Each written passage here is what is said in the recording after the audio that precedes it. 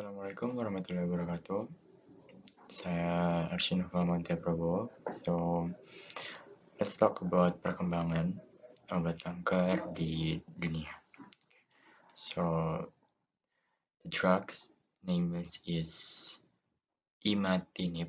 Ya, imatinib ini pengobatan leukemia mieloid kronis yang telah membawa perubahan yang signifikan pada pengobatan kanker.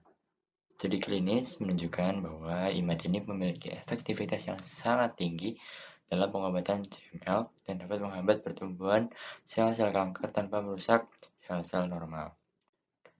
Pada awalnya, pengobatan CML dilakukan dengan terapi sitostatik, yaitu obat-obatan yang merembuh sel-sel kanker secara langsung. Namun, terapi ini memiliki efek samping yang signifikan dan pasien biasanya harus menjalani terapi seumur hidup. Imatinib merupakan jenis obat yang baru dikembangkan pada tahun 1990-an dan telah menjadi terapi standar untuk CML sejak tahun 2001. Perkembangan yang signifikan, bukan? Imatinib bekerja dengan cara menghambat enzim BCR-ABL yang disebut sebagai onkogen dan menyebabkan pertumbuhan sel-sel kanker.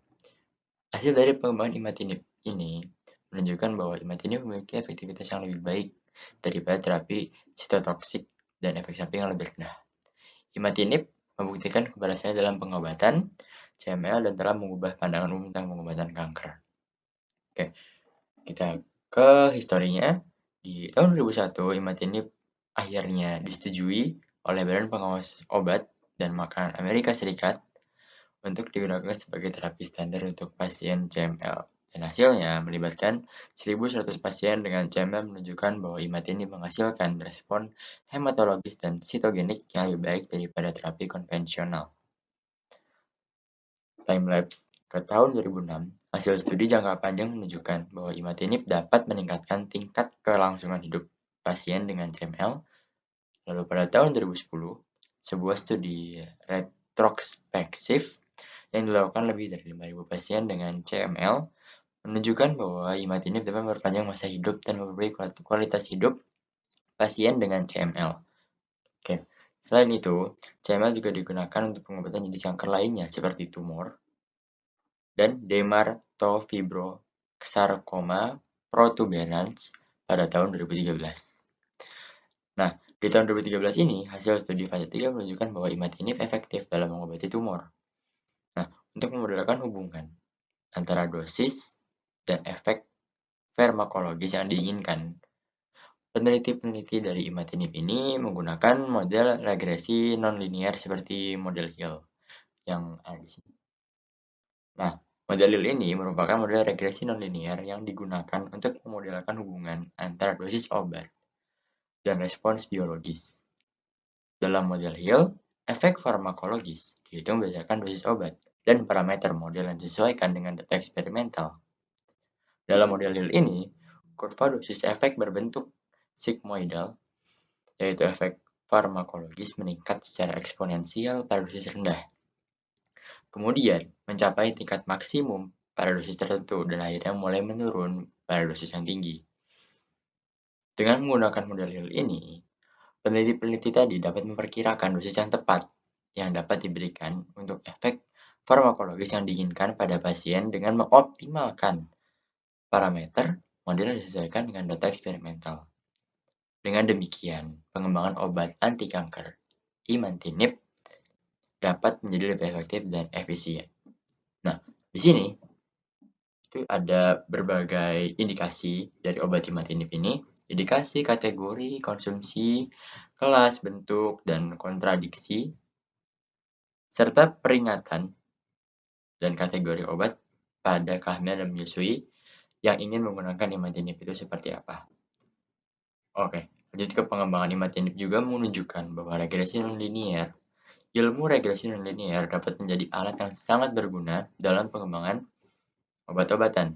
Model regresi nonlinear ini memungkinkan peneliti untuk memahami hubungan antara dosis obat dan respons biologis pada pasien dengan lebih akurat, sehingga memperkecil peluang mereka salah dalam menghitung, memperkecil peluang peneliti-peneliti salah dalam mengambil keputusan.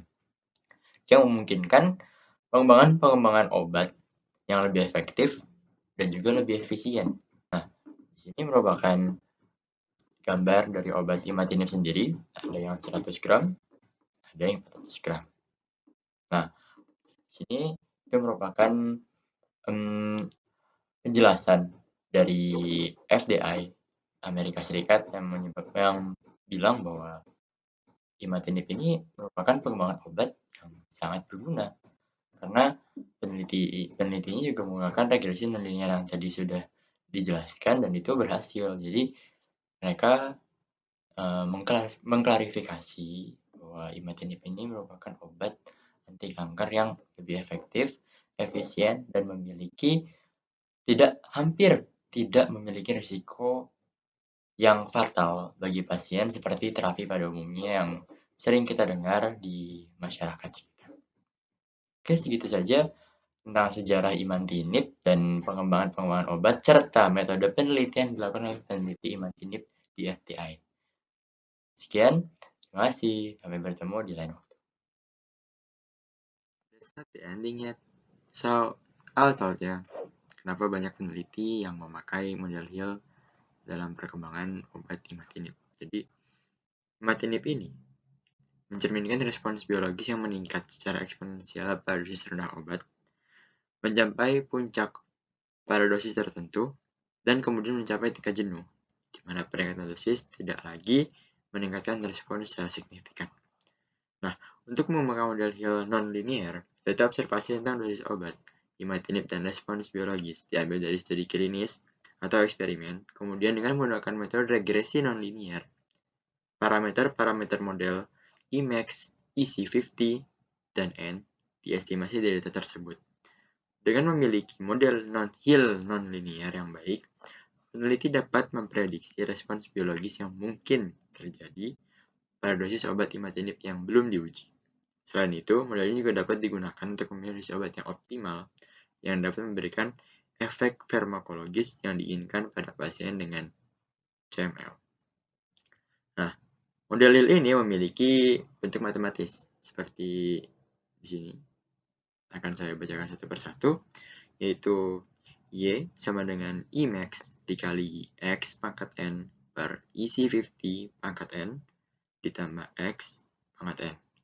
Di mana dalam penjelasan rumus ini, Y merupakan efek farmakologis atau respons biologis yang ingin diprediksi. X adalah dosis obat imatinib yang diberikan. Emax merupakan parameter yang memiliki respons biologis maksimum. EC50 adalah parameter yang menunjukkan dosis obat imatinib di mana respons biologis mencapai setengah dari respons maksimum. Dan N merupakan parameter Hill yang menggambarkan kejelaman kurva respons biologis terhadap dosis obat. So, sudah paham tentang model Hill? Okay, it's gonna be the ending. And thank you for watching my video.